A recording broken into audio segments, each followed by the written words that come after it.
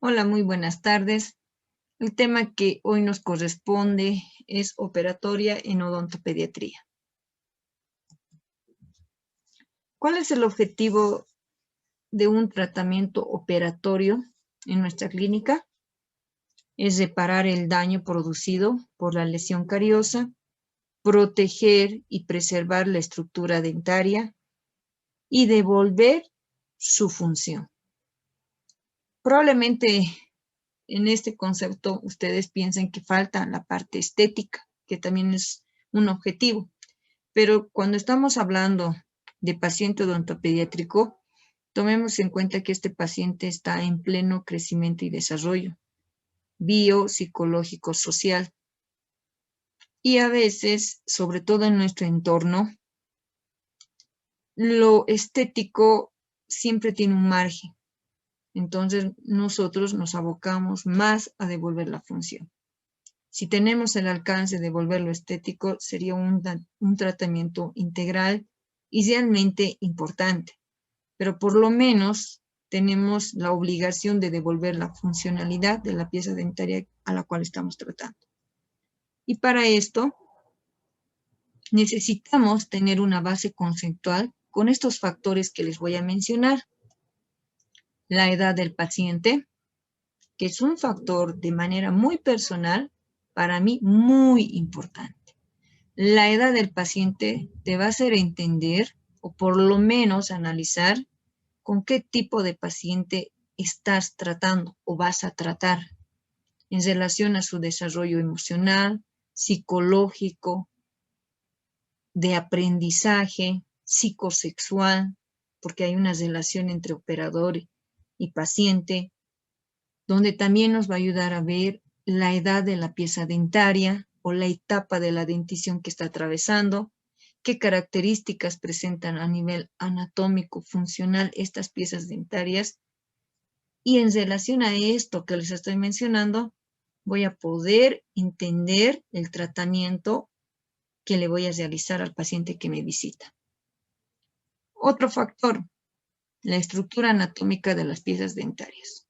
Sabemos que las piezas temporarias, a diferencia de las permanentes, manejan sus propias características o presentan sus propias características. Sabemos que químicamente tienen las mismas cantidades, pero al hablar de temporarias presentan diferencias anatómicas estructurales que nosotros las vamos a describir y a la vez yo tengo que tener un concepto para el cual estoy tratando, es decir, la pieza dentaria.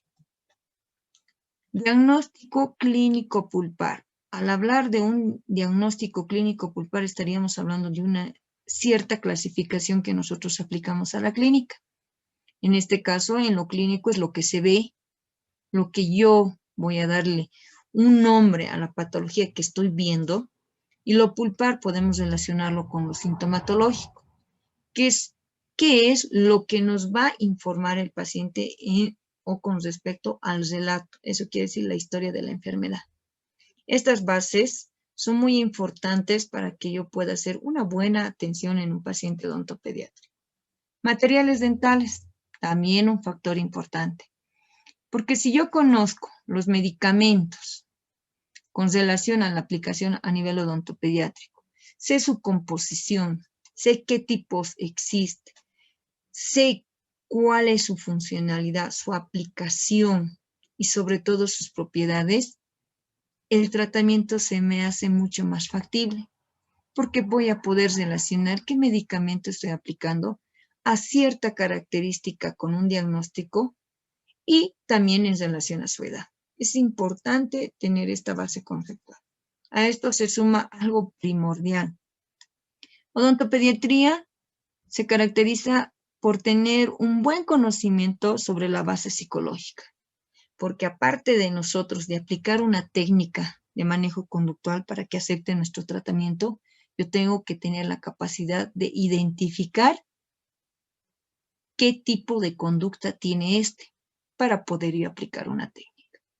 Es esencial y esta técnica y manejo va a estar relacionado también con la edad del paciente, que es muy importante. Este último factor, la parte socioeconómica, también es relevante. Sobre todo, vuelvo a recalcar, en nuestro entorno. Nuestro entorno hace que asistan a nuestra consulta todo tipo de pacientes en relación al número de familia, en relación al interés de los padres, en relación al grado instructivo que tienen los padres. Por ahí son universitarios, por ahí son de posgrado o por ahí un grado escolar, donde voy a poder relacionar qué tipo de tratamiento va a ir con mi paciente. ¿A qué me voy? Que si realmente yo necesito una terapia, un tratamiento, una terapia pulpar, este paciente en relación al diagnóstico, yo necesito que asista la mamá con mi paciente 4 veces y en estas 4 sesiones va a haber un monto de dinero que quieran o no, nuestro tratamiento siempre está relacionado con esto. Esa es mi intención, salvar la pieza dental, devolver la funcionalidad, pese a quien le pese, pero esto tiene un monto. Y el paciente a nivel socioeconómico no va a poder cubrir esto y va a tener que decidir otra alternativa antes de una terapia de 3 o 4 sesiones. Entonces, se tendría que inclinar a lo que viene a ser una simple exodancia que le sale económico y en una sola sesión. Este factor socioeconómico es importante. Así para poder entender al papá, a la mamá o al tutor para realizar un tratamiento en relación a mi paciente. Estos 6 factores para mí son importantes, por eso los llego a mencionar y sé que tienen que estar plasmados en su cabecita para poder nosotros ver cómo va a ser nuestra atención con un paciente pediátrico. Generalmente nuestros pacientes asisten con diferentes tipos de características a nivel bucal, patologías en este caso. Pero, ¿cuál es nuestro objetivo? Sabemos que la odontopediatría de ahora, es decir, la clínica, ya no es individualista, es decir, que vienen por una pieza dentaria, trato la pieza dentaria y bien, gracias. Nuestro tratamiento ya es integral. Esa es la pequeña gran diferencia, donde nosotros abarcamos no solamente una pieza dentaria, relacionamos con la pieza vecina, relacionamos con su pieza antagonista, relacionamos con las características que presenta la cavidad bucal y esas características van a ir en relación a la edad del paciente y la edad del paciente va a estar relacionado también al número de personas que conforman su familia y ahí podríamos ver que el papá y la mamá juegan un papel importante. Entonces, nuestro tratamiento y nuestra visión, quieran o no, es integral. Y para que yo aboque o me encargue en una sola pieza dentaria para abarcar todo lo que les estoy mencionando, tengo que verificar 2 características importantes a nivel bucal. Una parte clínica, lo que veo, lo que voy a diagnosticar y lo que voy a determinar a través de mis ojitos con relación a su motivo de consulta. Y lo sintomatológico, que es muy importante. Lo sintomatológico no lo voy a ver, pero sí me va a comentar. Entonces ahí yo voy a registrar en mi historia de la enfermedad actual, que es una cápite de la historia clínica, donde yo me voy a lucir con palabras semiológicas la historia que me cuenta y voy a tratar de percibir qué tipo de patología está realizando. Sabemos que al relatar la historia de la enfermedad actual en la historia clínica, no debe haber pieza dentaria, no debe haber diagnóstico, sino una percepción, un aparentemente, para que yo no pueda dar diagnósticos en mi historia de la enfermedad actual, sino dar una referencia por el cual yo ya estoy intuyendo qué diagnóstico tiene y qué tratamiento le voy a realizar. Por eso es importante tener un equilibrio en una atención odontológica, lo clínico y lo sintomatológico, que son factores importantes que no debe fallar para poder determinar cierto tratamiento. Probablemente no es ahora una simple restauración, probablemente sea una patología pulpar y eso va a cambiar ya no un trabajo operatorio, sino un tratamiento pulpar. Si hablamos de diagnósticos clínicos, lo voy a mencionar de manera bien superficial porque sé que esto ya lo han llevado en caries, en prevención y también en las otras materias. Pero sí les voy a mencionar que para dar un diagnóstico clínico, había dicho que es lo que yo veo. Y dependiendo de esto, hay diferentes tipos de clasificaciones. Las lesiones cariosas, según los grados, Black, Monti-Huhn, IGDAS, que es un sistema internacional que está muy universalizado ahora, pero lo que nosotros estamos manejando en la clínica es Monti-Huhn. Los grados, en la escuela clásica se manejaba una clasificación de lesión cariosa según los grados. Primer grado, esmalte. Segundo grado, esmalte y dentina. Eso quiere decir las lesiones que han ido abarcando estos tejidos. Y tercer grado con lesión a nivel pulpar, que ya se ha descartado, aunque actualmente se menciona, pero por cultura general yo tengo que tener conocimiento. Black no es una clasificación de caries, es una clasificación de cavidades. La primera de Black, segunda de Black, y ustedes ya también tienen conocimiento, que comúnmente lo manejábamos cuando realizábamos terapias a nivel de lo que es tratamientos con amalgama, porque no había un diagnóstico acertado. Sí teníamos lesión cariosa por grados y Black. Pero ahora, actualmente, estamos manejando en la clínica Monti-Huhn, que es una clasificación en la cual nos ayuda a ver en qué zona se encuentra la lesión y qué tipo de tamaño o progresión presenta esta. También hay otra clasificación que es el IGDAS, que es un sistema internacional de clasificación de caries. Es IGDAS una clasificación, creo, la más acertada actualmente, pero para que nosotros podamos aplicar a la clínica en la universidad y a nivel nacional también, porque eso tiene que ser el mismo idioma en todas las universidades, se tiene que realizar un congreso donde vamos a poder justificar el por qué cambiar Monti-Huhn con IGDAS, pese que igual no sirve. Pero sabemos que IGDAS ya se está implementando a nivel de posgrado, pero eso también no nos deja que nosotros los mencionamos. Y eso se tiene que jugar. Monti-Huhn e IGDAS pueden ir de la manito, pero cuando nosotros leemos, buscamos artículos de respaldo, siempre nos van a hablar de IGDAS. Y Monti-Huhn hay países que no los conocen, pero a nosotros nos ha servido y nos está sirviendo actualmente. Pero hay que tomar en cuenta que Monti-Huhn la estamos trabajando y se basa en esto, en zonas y tamaños. 3 zonas, 4 tamaños, aquí falta el tamaño 0, donde es mancha blanca, y por el cual nosotros vamos a ir identificando. Cuando se menciona un diagnóstico clínico cardiológico, Monti-Huhn nos va a ayudar. Eso quiere decir que yo tengo que tener conocimiento de esta clasificación ya registrada en mi cabecita. Porque cuando yo vea la lesión, yo ya tengo que darle un nombre a esa lesión con relación a una clasificación de caries, según Monti-Huhn. Hablamos de clasificación de patologías pulpares, tenemos la de Cohen, que también esta clasificación está universalizado, también se habla a nivel Bolivia, entonces estamos por buen camino porque han visto que esta clasificación es la más acertada y la más práctica porque es una clasificación clínica, no es histológica, en el cual nos basamos al tipo de dolor que ésta presenta. Solo les voy a mencionar porque ya la siguiente clase se va a hablar de lo que es patología pulpar. Pulpa sana, donde es una pieza asintomática, donde no presenta lesiones cariosas, donde consideramos clínicamente que es una pieza indemne. Pulpa reversible, si hay una lesión cariosa, es cavitada y presenta un tipo de dolor que es de tipo provocado. Este dolor de tipo provocado quiere decir que al encontrar una cavidad se estanca el alimento o hay cambio de temperatura y duele. Retiramos la injuria y cede el dolor. Estamos todavía con la intención de salvar esta pieza dentaria. En el caso no, se transforma en una pulpitis irreversible. Y la pulpitis irreversible se caracteriza o se clasifica de 2 maneras, la sintomática y la asintomática. La sintomática tiene características del dolor espontáneo, nocturno e irradiado. No te deja dormir, en pocas palabras. Y podemos hacer una terapia pulpar, obviamente con la ayuda de un examen complementario.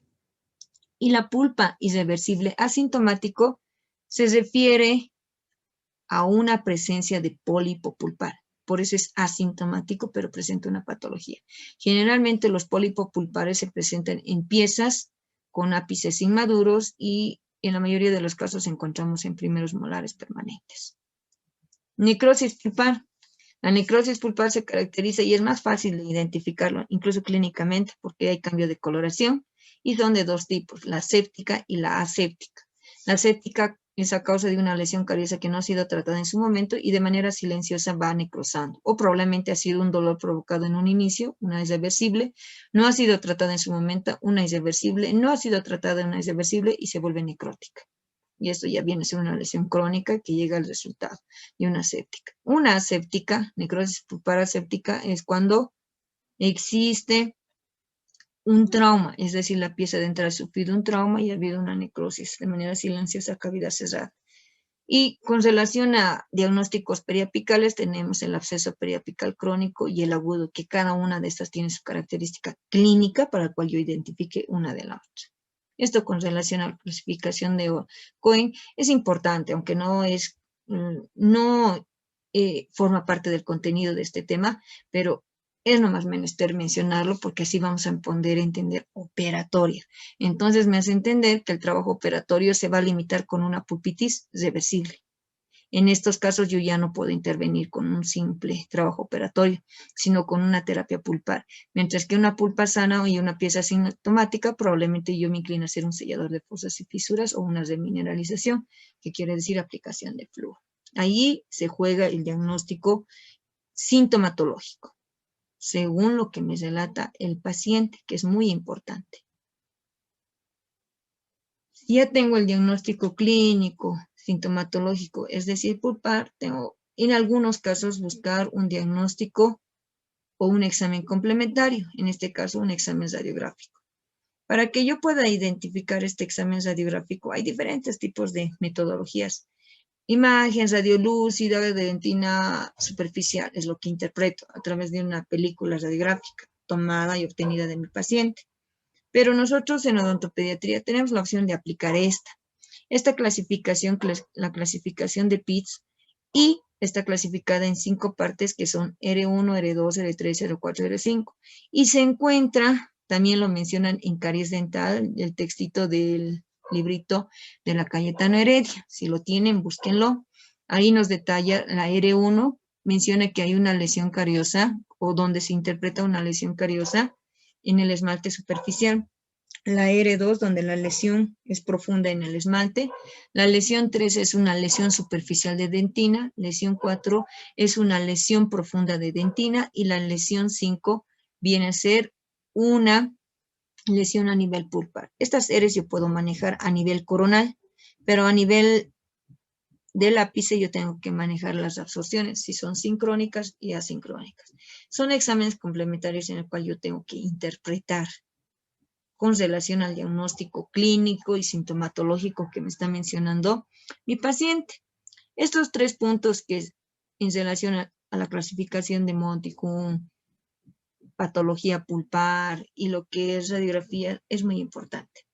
Hay que tomar muy en cuenta en este examen complementario que es radiografía, que no es obtener una radiografía por obtenerla. Tengo que tomar mis límites y hay límites para ver a quién le hago un examen radiográfico y a quién no, porque sabemos que una toma radiográfica es lesivo para el paciente y si no estamos haciendo con radioprotección, mucho peor. Los pacientes odontopediátricos, vuelvo a recalcarles, están en pleno crecimiento y desarrollo. Sus órganos ya están formados, pero están madurando. Y algo lesivo y fuerte puede ser un examen radiográfico que no ha sido realizado a través de una radioprotección. Mucho cuidado en eso. En esta imagen podemos ver la presencia de un paciente muy característico. Este paciente se encuentra feliz, pero yo encuentro un número de lesiones cariosas en el cual van a asistir a nuestra clínica para que nosotros podamos abordar. Yo tengo que ver un diagnóstico clínico, un diagnóstico pulpar y probablemente un examen radiográfico. Dándole el nombre específico a esta patología, yo voy a poder pensar qué tratamiento le voy a poder realizar.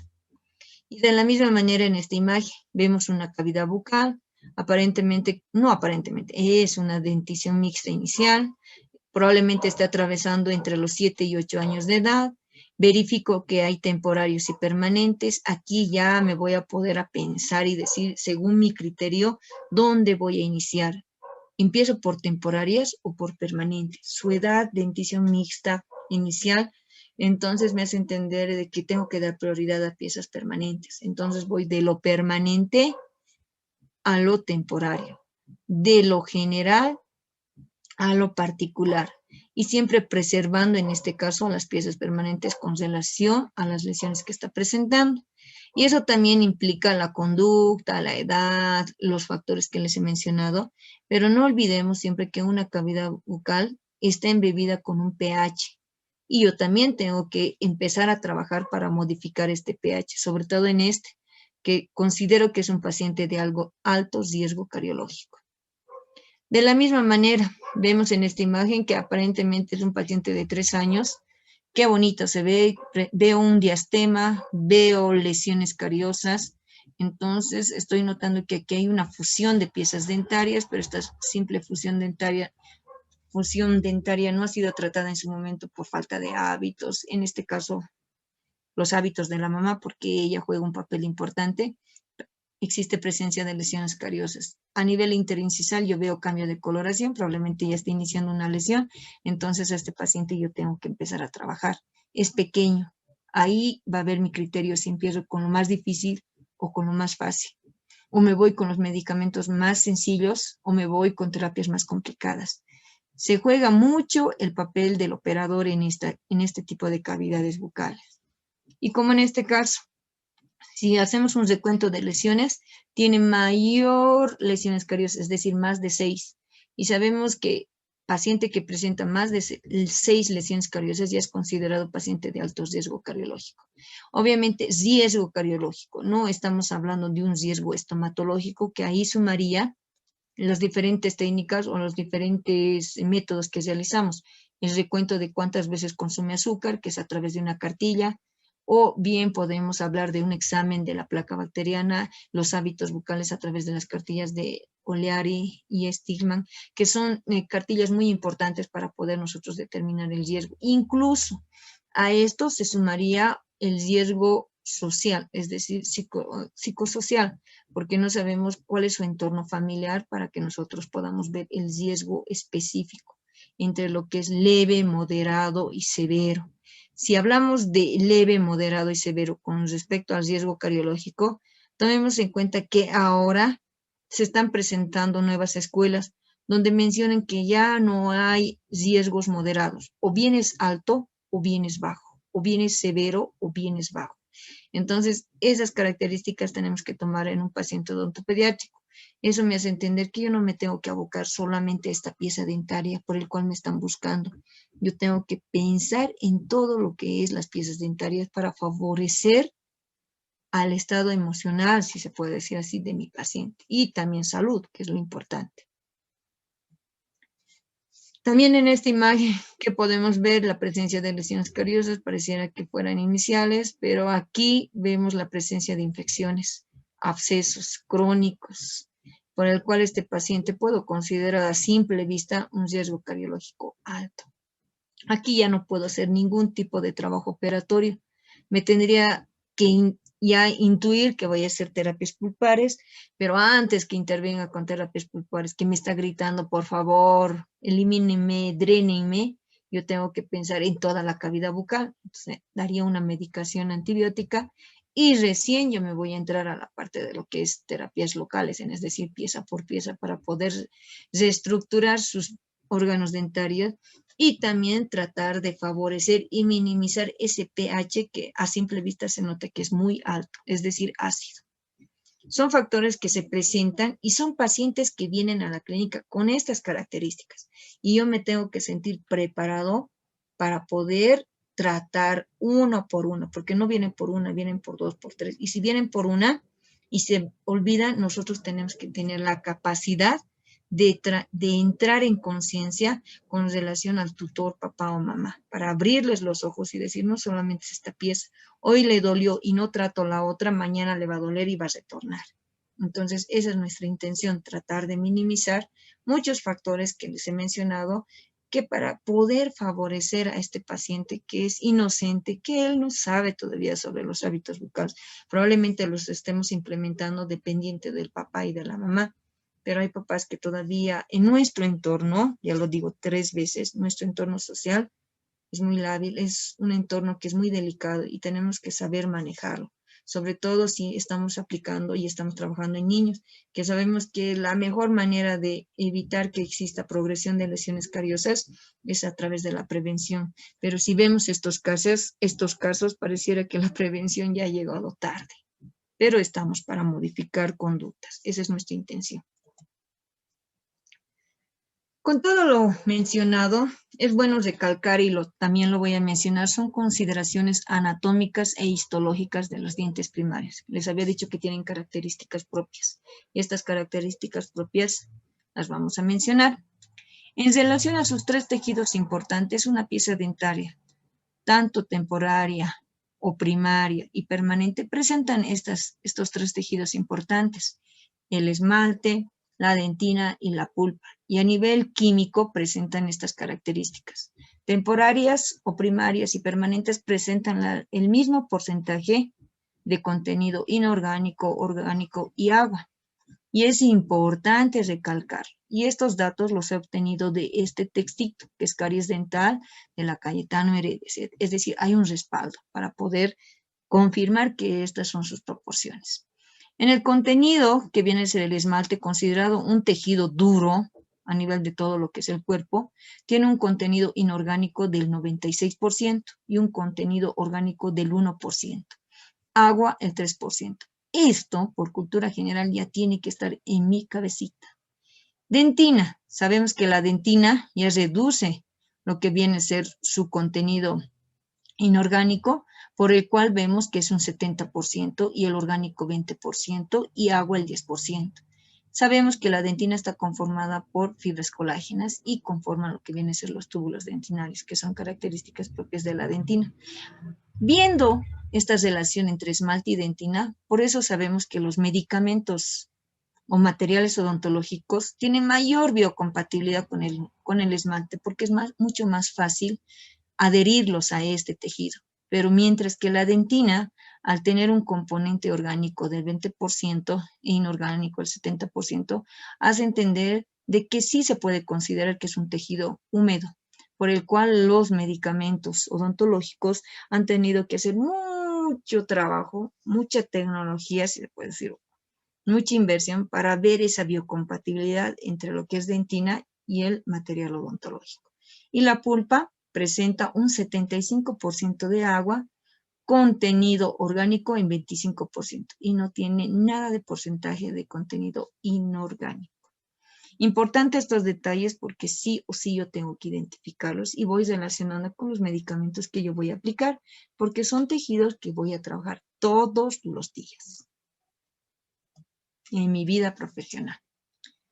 Aquí les presento esta imagen que es muy común. Probablemente ustedes han abierto el Face, tejido dentario, ¡fum! Y les sale esta imagen. Por ahí hemos encontrado un tutorial y ¡fum! Sale esta imagen. Algún textito odontopediátrico lo van a encontrar esta imagen.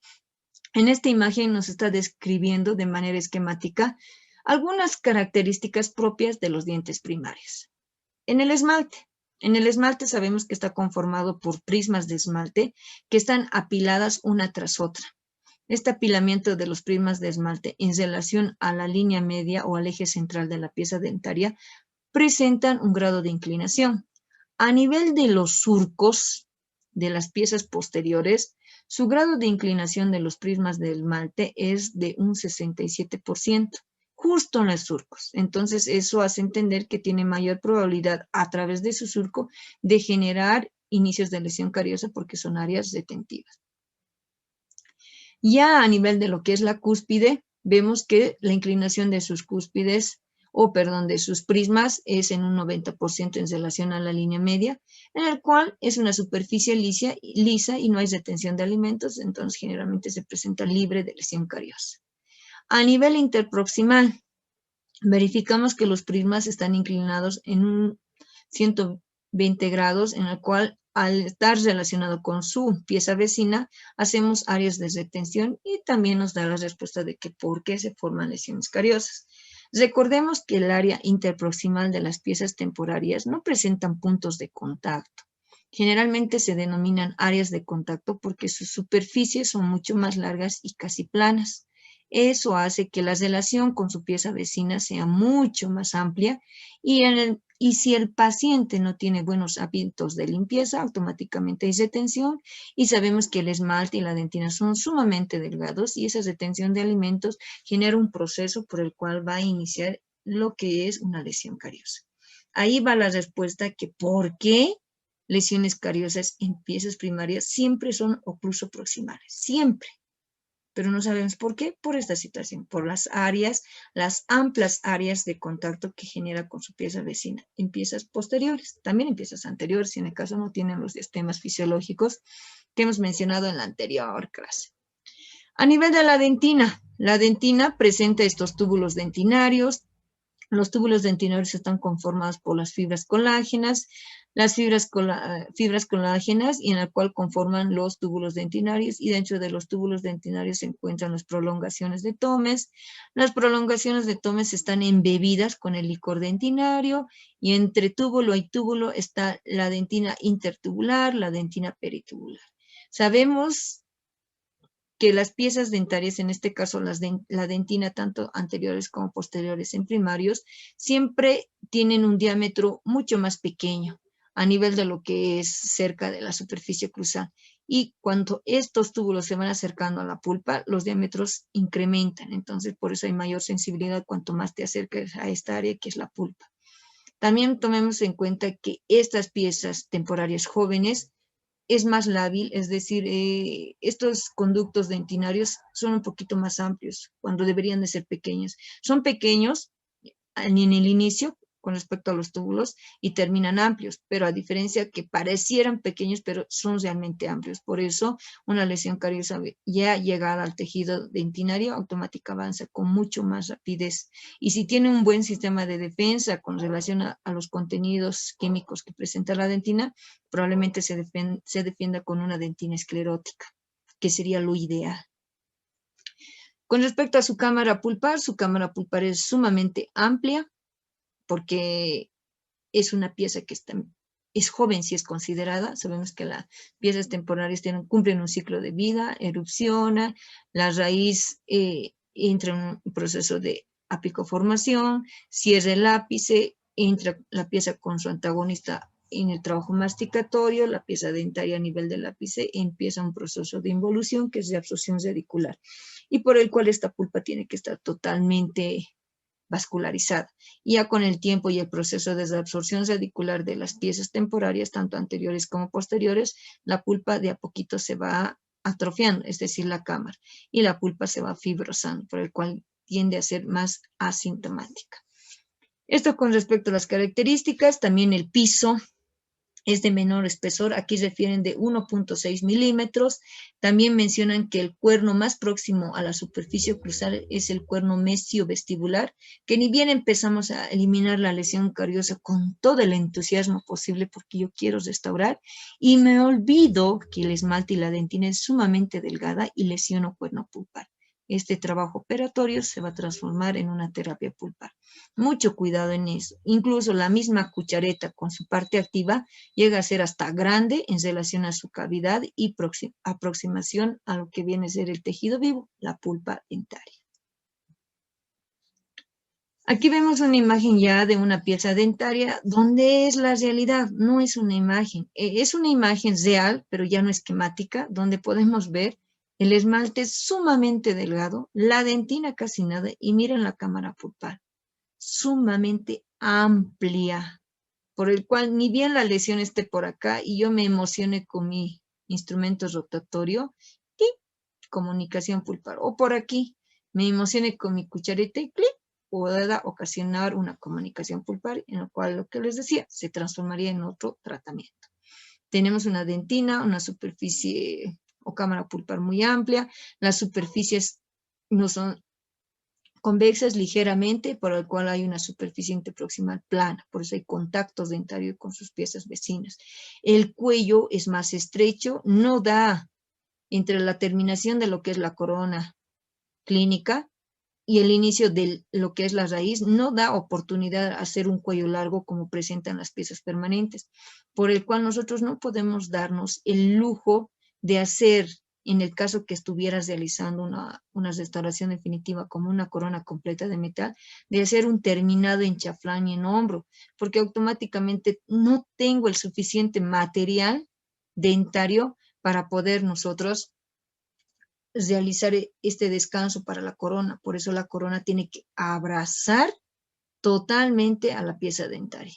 Por eso damos mucho hincapié a lo que es las coronas completas de metal. Y algo que me olvidaba decirles, que la superficie externa, que está conformada por esmalte de la corona, sabemos que esta superficie externa tiene una superficie denominada aprismática, que quiere decir que el esmalte de esta superficie externa, en piezas anteriores como posteriores, los prismas se encuentran desordenados, no como debería de ser, sino apilados uno tras otro. La superficie externa es más lábil, por eso a veces tiende a fracasar restauraciones anteriores con resina en piezas anteriores, por estas características de una región aprismática, porque no se genera esos tags de retención que debería de generarse entre una restauración y la pieza dentaria. Y vamos a ir hablando más adelante, por favor, con relación a esta área externa que es aprismática. Las raíces son divergentes porque mencionan que alojan al germen, pero tomemos en cuenta que las piezas temporarias posteriores están preparadas para soportar fuerzas en dirección vertical, horizontal y tangenciales. Eso no se olviden porque por la dirección que presentan sus raíces y por la longitud que también estas presentan. El piso de la cámara pulpar es sumamente delgado, como ustedes ven acá. Aquí aparentemente es grueso, decía 1.6, otros dicen 1.8, otros dicen 2, que dudo. Por eso, cuando nosotros hacemos terapia pulpar, jamás nos olvidemos del piso, porque sabemos que para decapitar o eliminar la pulpa cameral necesitamos una cuchareta filosa. Y al ser filosa, quiere decir que yo voy a cortar pulpa. Y al cortar pulpa, yo no me puedo dar el lujo de hacer curetaje en cámara pulpar, en el piso. Tengo que hacer mi curetaje siempre en dirección hacia las paredes, porque ni bien mi cuchareta de dentina presenta ser afilada y lista para hacer el corte de pulpa, puedo yo lesionar esta área que es mucho más delgada y ocasionar un falso conducto, y eso nos traería problemas. En el piso de la cámara pulpar de las piezas temporarias, en este caso molares, presentan cribas, es una zona cribada, a la cual nosotros le denominamos foraminas. Estas foraminas solamente se presentan en piezas primarias. Es como una especie de medio de comunicación entre la cámara pulpar y lo que viene a ser la región interradicular. Mucho cuidado, por eso es frágil esta área que viene a ser el piso de la cámara pulpar. Ya teniendo una base de cómo está conformada la pieza y qué características presenta, vamos a entrar a la parte de biomateriales. Biomateriales de obturación dentaria, es decir, materiales que nosotros vamos a utilizar para un trabajo odontopediátrico, en este caso. ¿Qué son los materiales odontológicos? Los materiales odontológicos son aquellos materiales biocompatibles que rellenan cavidades preparadas de dientes temporales y o permanentes para devolver su funcionalidad. Para eso nos sirven los materiales, porque son biocompatibles, es decir, no deberían de lesionar esta pieza dentaria a la cual yo voy a restaurar. Aquí les presento los materiales que estamos aplicando y manejando en odontopediatría.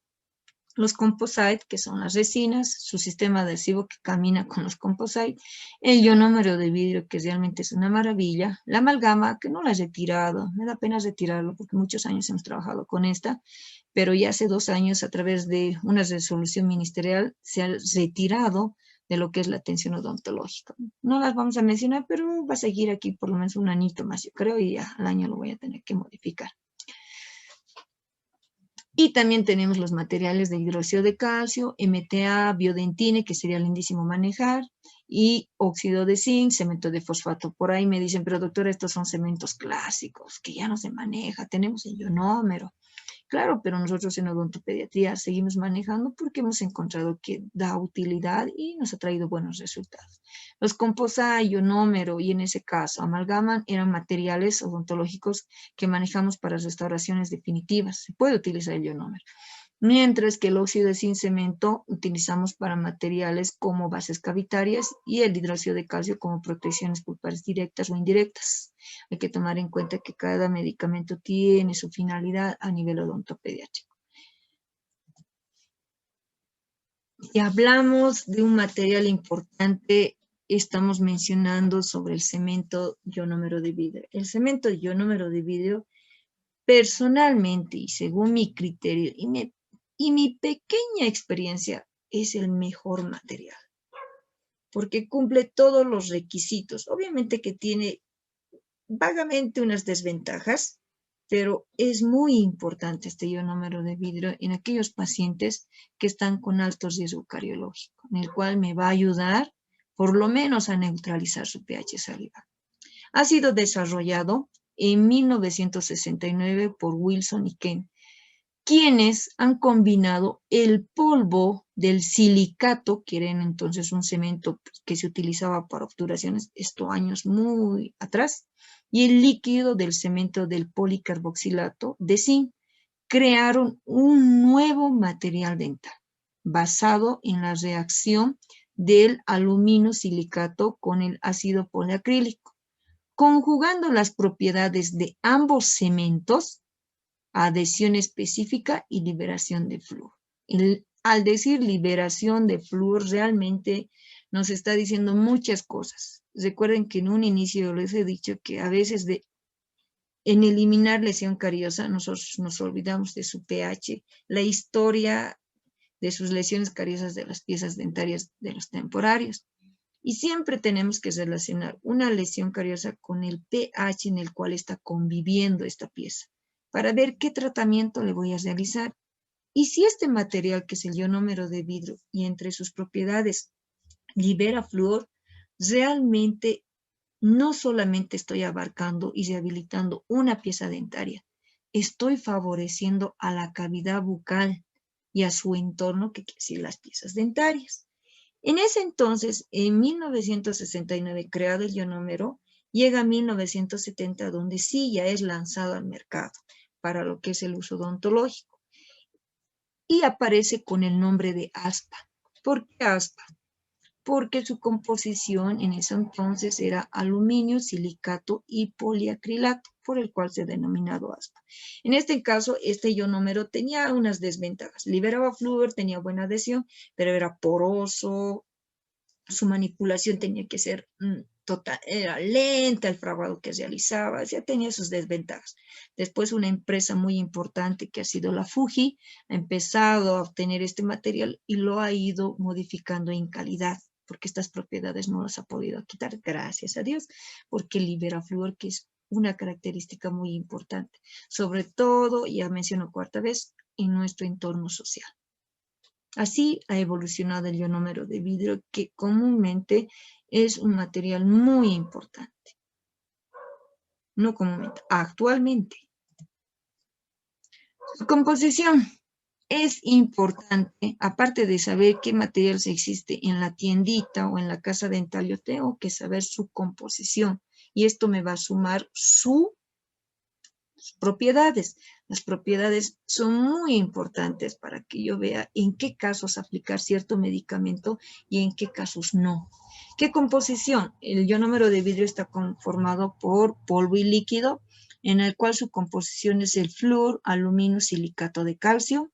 En relación al polvo, su líquido es ácido, en un gran porcentaje el ácido poliacrílico, el ácido tartárico, el ácido itacónico, maleico y tricarboxílico. Este ácido, uno se asusta y dice, pero la composición del ionómero es polvo y líquido, y su líquido es ácido.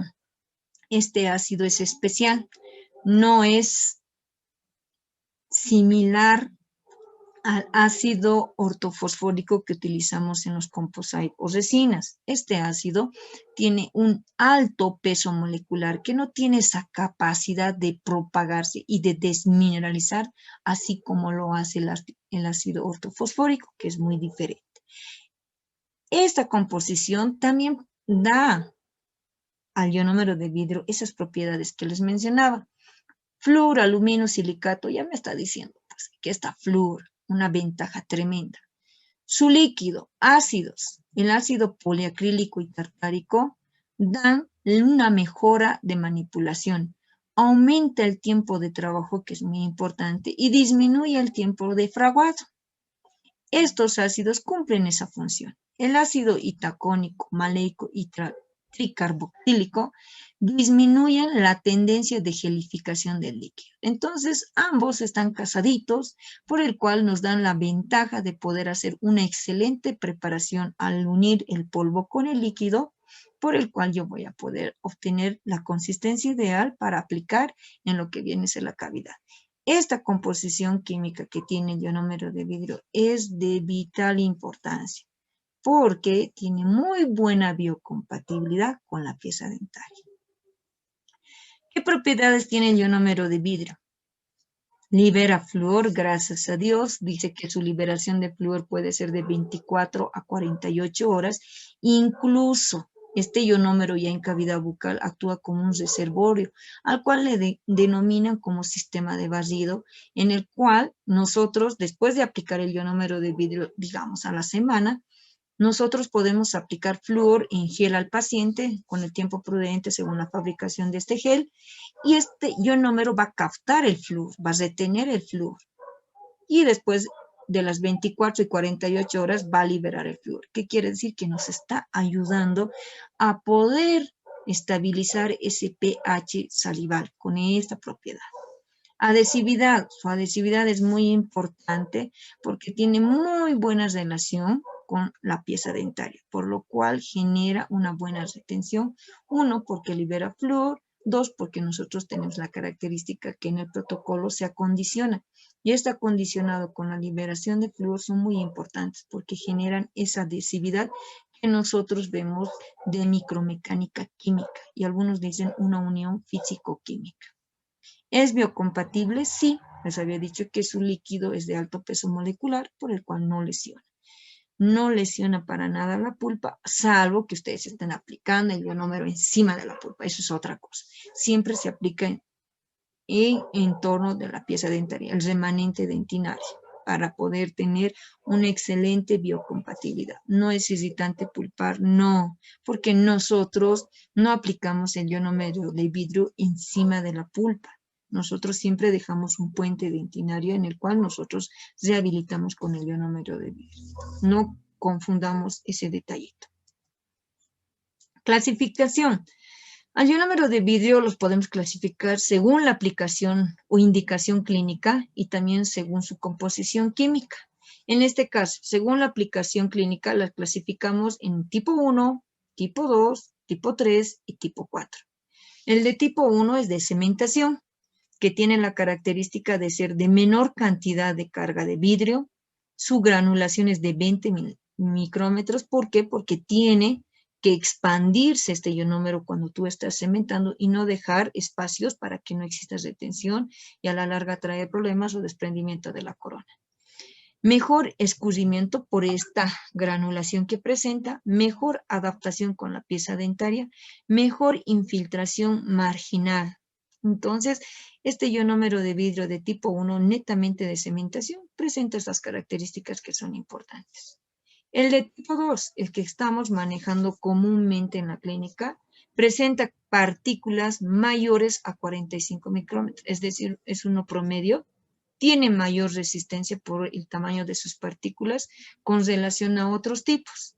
El uso está indicado para restauraciones, para reconstrucciones de piezas dentarias con tratamiento pulpar. El ionómero de restauración de tipo 2, dependiendo de la línea, cumple hermosos requisitos o cumple ciertas ventajas a la pieza que tú estás tratando. Si ustedes están en la consulta, este ionómero de vidrio de tipo 2 no tiene que faltar, especialmente el Kettag molar, que realmente cumple todos los requisitos. Obviamente que en calidades podemos mencionar otra gama de ionómeros, pero por lo menos un Kettag molar no tiene que faltar en tu consulta. La de tipo 3 es un ionómero de base cavitaria, su granulación es variada entre 25 y 35 es biocompatible, todos los ionómeros son biocompatibles y este ionómero de base cavitaria se lo utiliza en un gran porcentaje porque ya cumple los requisitos en tratar, si se puede decir así, sustituir el tejido que hemos eliminado. Solamente es base cavitaria, ojo, no puede ser de restauración por el tamaño de partículas o granulación. El de tipo 4 es la modificada, que quiere decir que tiene en su composición estructuras resinosas, el GEMA y el bis-GMA, que son componentes monoméricos para poderlo caracterizar como de tipo 4, que viene a ser fotopolimerizable. Su granulación es intermedia de 45, es fotopolimerizable, tiene mayor tiempo de trabajo porque vamos a fotopolimerizar, tenemos la opción de darle formita a la restauración que estamos realizando. Es estético, sí, porque viene con una gama de colores, como ustedes ven aquí, con diferentes tonalidades. Y su liberación de flúor es un poco mínima en relación a un autocurado, que quiere ser el ionómero de restauración de tipo 2. Estos ionómeros fotopolimerizables vienen con su líquido, polvo y líquido, viene con su acondicionador y viene con su glaser. Y la gran ventaja es que se fotopolimeriza. Tenemos un tiempo de trabajo más prolongado. Según su composición o naturaleza, podemos mencionar a las convencionales. Las convencionales son las mismas, pero de otro ángulo lo estaríamos viendo. A eso se quiere decir composición o naturaleza. Está compuesta igual con polvo y líquido, tiene una acción de ácido base, su tiempo de fraguado es largo, dependiendo del trabajo que tú vas a realizar. Estamos hablando los ionómeros en mayoría. Al decir convencional, generalmente nos inclinamos al ionómero de restauración porque la finalidad es restaurar. Pero si hablamos según los tipos, el de 1 es de, habíamos mencionado de cementación, el 2 restauración, 3 de base y el 4 que viene a ser el modificado con partículas de resina. Esta clase de ionómeros o este tipo de ionómeros, según la línea en la cual lo han fabricado, es decir, fábrica, ha existido desde hace muchos años. Aquí tenemos el Glasson, que creo que ya no hay en el mercado, que era el boom del momento. Después vino el Denzel, que es una línea argentina, que también, pero sus partículas no nos cumplían, por eso es convencional. También tenemos en la clínica el SS White, que era el boom. Generalmente, yo les digo, de hace unos buenos años atrás, en la clínica donde yo estudiaba, nos decían que esto era un lujo. Tenemos la SS White, chicos, hemos comprado ionómero de vidrio, wow, qué súper. Pero la docente era tan estricta que si no cumplía el requisito o el diagnóstico indicado a tu paciente, no te dejaba trabajar con ionómero de vidrio. Por eso digo que para mí era un lujo, sobre todo la SS White, de hace unos buenos años atrás. Después ha venido la línea de las 3M, está invadiendo nuestro mercado y nos está presentando todo tipo de materiales. Y el ionómero de vidrio ha ido mejorando con respecto a su calidad. Si hablamos de calidad, puedo presentarles a esta línea de ionómeros que comúnmente estamos manejando. Si se dan cuenta, yo ya no veo aquí el Denzel, no estoy desacreditando a las líneas, también depende mucho de la manipulación de cada uno de ustedes con relación al trabajo que van a hacer. No hay Denzel, no hay la SS White, pero sí podemos ver líneas según su calidad. Si lo vemos según la calidad que presentan, puedo mencionar al ionofil, que es un ionómero que he visto que están manejando en el sistema. Es un ionómero de restauración, el ionofil, muy bueno. Tiene polvo y líquido, puedo acondicionar, puedo trabajar con el protocolo que nos han mencionado. Después de la ionofil de la línea Boco, viene la línea de la 3M, que comúnmente manejamos la Kettag molar, que viene también en su líquido, polvo, preparo de la misma manera, acondiciono. Ahora la Kettag molar está viniendo ya, hace unos 2-3 años atrás lanzaron al mercado un ionómero también de restauración de tipo universal, donde ya no necesito acondicionar, pero seguimos con la Kettag porque nos ha cumplido realmente todos los requisitos para el tratamiento con un paciente odontopediátrico. También se puede aplicar en adultos, no nos limita. Después de la línea 3M se viene la Fuji. La Fuji es muy buena, sus frascos de presentación son polvo y líquido. La desventaja es que vienen en proporciones muy pequeñas y tiene un costo elevado. Después de la Fuji se viene la Chenflex. Esta es una línea americana. Este es el Chenflex de ionómero, el Display, si no me equivoco, es la que dispensa este material. Es muy bueno, totalmente adherente y recomendable, pero no lo he visto. Sé que tiene un costo también elevado. Ahora está invadiendo el mercado la línea SDI. Este ionómero de tipo Riva que está viniendo en presentaciones de polvo y líquido y ahora se está manejando en cápsulas. Para las cápsulas necesitamos unas pistolitas que ustedes ya han debido ver, que es para su aplicación, y obviamente necesitamos ese vibrador para hacer la mezcla, ¿no? Tiene sus pequeñas desventajas. También como desventaja yo puedo mencionar que si tiene una porción aquí, esa porción es demasiado para una pieza e incluso se tiende a desperdiciar. Pero esto de la Riva es muy buen ionómero, solo sus costos nos limitan a que no podamos utilizarlas, pero yo me quedo con la 13, que realmente me ha cumplido todos los requisitos, vienen en cantidades aceptables, incluso mencionan que podemos hacer 150 prestaciones con estas, es decir, 150 restauraciones, siempre y cuando tienes la habilidad de no desperdiciar. Esta es la línea de los ionómeros que manejamos, que son de restauración y que nosotros debemos conocer. Cada línea también tiene su ionómero de tipo 1, de tipo 3. Eso es un mercado libre, pero estas nos estamos abocando al convencional, al de tipo 2. Otro ionómero en relación a esta clasificación, según su composición química, el ionómero reforzado con metal. Estos ionómeros también ya vienen en presentaciones dependiendo de la línea, donde su composición o en su composición tienen partículas metálicas, es decir, limadura de plata. Tienen mejor resistencia al desgaste, tienen mejor radiopacidad y resistencia a la fractura. La pequeña desventaja de aquellos ionómeros reforzados con metal es su antiestético, es decir, es antiestético. Pero nosotros no necesitamos a veces comprar esto porque sale también costo, pero podemos preparar un ionómero Kettag molar con una porción de limadura de plata. Todo se puede. La gran ventaja es que este ionómero libera flúor, a diferencia de la resinosa, la fotopolimerizable, donde dice que su porcentaje de liberación de flúor es un poquito menos, a diferencia de la convencional o la de autocurado. También tenemos otro ionómero, la convencional, la de metal, la que hemos mencionado, y ahora el reforzado con resina, que es las ionoresinas, comúnmente llamadas. Tiene una parte del líquido del ácido poliacrílico, es sustituido por hidroxietilmetacrilato, el GEMA. Tiene doble polimerización. ¿Por qué doble polimerización? Porque preparas primero el polvo y el líquido, preparas la consistencia miga de pan, aplicas a la cavidad y va a ser su efecto de autocurado. Pero posterior a eso, antes obviamente que acondicionas, aplicas el glaseado y empiezas a hacer el fotocurado, es decir, con la lámpara. Por eso tiene doble polimerización. Y comúnmente es el más utilizado en regiones anteriores, también en posteriores. La pequeña gran diferencia del Vitremer de la línea 3M, que su costo es elevado y viene en proporciones pequeñas. También hay ionómero de base, también de la línea 3M, que es de proporciones mucho más pequeñas, es decir, de cantidades pequeñas.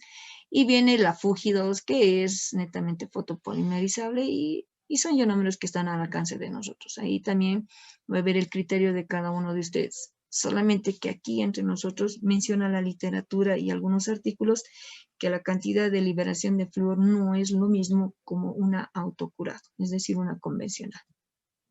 ¿En qué casos está indicado el ionómero de vidrio? El ionómero de vidrio está indicado para adecuar el medio, que quiere decir, como libera flúor, si yo encuentro un paciente con alto riesgo cariológico, automáticamente pues, me pongo a trabajar, a eliminar lesiones cariosas, paredes, dejo un poquito de piso, esto siempre y cuando yo tenga el conocimiento de aquellos tratamientos de mínima invasión, y aplico ionómeros. No se ve nada estético, pero por lo menos estoy favoreciendo a que se neutralice el pH salival. Pero para esto yo tengo que tener un buen criterio, tanto clínico como patológico o sintomatológico, que es muy importante, porque no puedo aplicar este tipo de tratamientos en lesiones que ya están relacionados con una terapia pulpar, es decir, una odontalgia, y eso sí hay que tener mucho cuidado. También nos sirve el ionómero de vidrio para sellado de forzas y fisuras, generalmente para aquellas piezas que están en pleno proceso de erupción, es decir, una erupción activa. Donde no ha erupcionado en su totalidad, está recomendado, sí. El ionómero de vidrio sabemos que tiene una pequeña desventaja, que es abrasivo y que se va eliminando con el trabajo masticatorio o en relación a su antagonista. Pero en ese trance que va a estar en boca, va a ir liberando flúor. Esa es su gran ventaja. También nos sirve como protector, es decir, como base cavitaria, que habíamos dicho que es de alto peso molecular, no tiene la intención de lesionar a nadie. También está indicado para alteraciones de estructura que comúnmente encontramos aquí en nuestro entorno y por el cual nosotros tenemos que ver. Si veo una alteración de estructura, en este caso ya con una ausencia de tejido, yo no lo pienso más, ionómero de vidrio. Voy controlando con el tiempo, primer mes, segundo mes, tercer mes, veo que hay una buena terminación de solución de la pieza y me puedo cambiar a una corona. Ahí va sus criterios. Pero como tratamiento inicial en una alteración de estructura, como en este caso una hipoplasia, yo les recomiendo una restauración con ionómero. También nos sirven como restauraciones definitivas. Comúnmente antes lo manejábamos como el tratamientos restaurativos atraumáticos, que eso lo hacíamos a nivel de terapias en el campo, es decir, en ambientes amplios donde podíamos hacer campañas y hacer este tratamiento. Ahora está indicado en la clínica, lo podemos hacer por lo que les mencionaba, y también en aquellos casos donde son a nivel cervical. A veces nos presentan pacientes con este tipo de características, cavidades, donde digo, 3 años, ya le aplicaré cariostático y bien, gracias. Cariostático es una alternativa. Pero si yo veo que es factible eliminar lesión cariosa y aplicar ionómero, no solamente estoy favoreciendo a la pieza, tampoco a tejidos. Miren, si los tejidos hay cambio de coloración, también estoy favoreciendo a sus piezas vecinas, al pH salival. Es decir, estoy ayudando a toda esa cavidad bucal con relación solamente con la aplicación de ionómero. Y ahí yo refuerzo con la aplicación de flúor, dependiendo del tiempo que ustedes vean. El ionómero de vidrio había tenido desventajas. Sabemos que no todo es color de rosa, ¿no? Siempre hay algo. Pero son desventajas lábiles porque sabemos que este material es de mucha utilidad y si yo conozco estas desventajas, probablemente yo trate de minimizarlo en el momento que yo lo esté aplicando. Tiene un fraguado lento, es decir, los autocurados es de 2 a 3 minutos. Aplico, espero 2 a 3 minutos que no tiene que estar en contacto. Por eso también dicen que es sensible a la saliva, si no se va a inactivar y se nos desprende a las 24 horas. Dice que su desventaja también es el pulido, donde no puedo pulir un ionómero, salvo que pase un mes y sabemos por qué, porque tiene una desventaja de ser altamente abrasivo, es decir, que su superficie se desgasta, se va a ir adaptando con su antagonista, pero eso no quiere decir que voy a sobreobturar, obturo como tengo que obturar y por el cual yo no tengo esa opción de poder pulir con mis fresitas y toda esa situación. Es complicado, sobre todo en los autocurados. Y en los fotopolimerizables sí puedo hacer el pulido, me da. Es sensible al agua, por eso tener mucho cuidado. Hacer un buen aislado, lo ideal sería absoluto, pero a veces como son pequeños es complicado hacer un aislado absoluto, pero tienes que saber manipular, trabajar bien y hacer un buen trabajo de manos, en este caso para poder evitar que llegue en contacto con medio húmedo, en este caso la saliva. Baja resistencia, por el cual es abrasivo, que dice que con tanto trabajo masticatorio el ionómero se desgasta y va reduciendo su tamaño, pero con tal que esté en boca y esté cumpliendo esas propiedades, sobre todo de liberar flúor, yo creo que no hay ningún tipo de problema. Entonces el ionómero de vidrio es un material que realmente cumple todas las expectativas. Ya podemos elegir hasta tonalidades y voy a manejar los fotopolimerizables o bien voy a manejar el autocurado, que es el convencional y la de tipo 2, y yo me inclino con ese ionómero. Es muy importante tener conocimiento de este material, pese que solo estoy dando una miscelánea. Yo sé que ustedes ya tienen mayor conocimiento y han profundizado más esto en la parte de lo que es la práctica, solo para recordar estos detalles. Bueno, muchísimas gracias. Hasta aquí terminamos la primera parte de operatoria dental en odontopediatría. Gracias.